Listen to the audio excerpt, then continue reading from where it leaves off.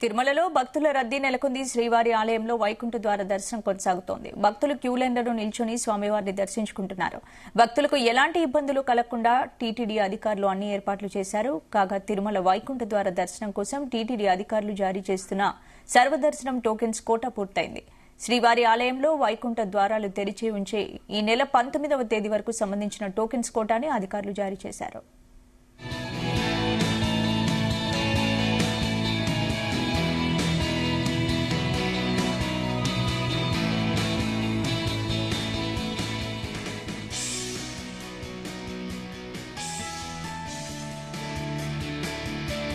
ఈ నెల 21వ తేదీ నుంచి శ్రీవారి సర్వదర్శనం టోకెన్స్ ని ఏ రోజుకు ఆ రోజు జారీ చేయనున్నారు. దర్శనం టికెట్స్, టోకెన్స్ ఉన్న వారిని మాత్రమే వైకుంఠ ద్వార దర్శనం కోసం టీటీడీ అధికారులు అనుమతిస్తుండటంతో దీన్ని దృష్టిలో పెట్టుకుని భక్తులు తమ తిరుమల పర్యటన ప్లాన్ చేసుకోవాలని టీటీడీ అధికారులు విజ్ఞప్తి చేశారు.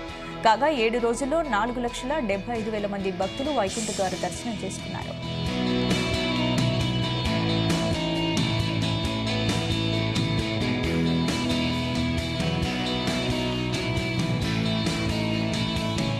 కాగా వైకుంఠ ఏకాదశి సందర్భంగా శుక్రవారం వేకువజాము నుంచి తిరుమలలో వైకుంఠ ద్వార దర్శనాలు ప్రారంభమయ్యాయి. గురువారం అర్ధరాత్రి 12 గంటలకు ఆలయాన్ని తెరిచిన అర్చకులు ధనుర్మాస కైంకర్యాలను శాస్త్రోక్తంగా నిర్వహించారు. శుక్రవారం వేకువజామున 3:30 గంటల నుంచి ఉదయం 8:30 గంటల వరకు వీఐపీలకు వైకుంఠ ద్వార దర్శనాలు కొనసాగాయి. ఆ తర్వాత సర్వదర్శన భక్తులను అనుమతించారు. స్లాట్ల వారీగా అర్ధరాత్రి వరకు వైకుంఠ ద్వార దర్శనాలను కల్పిస్తున్నారు.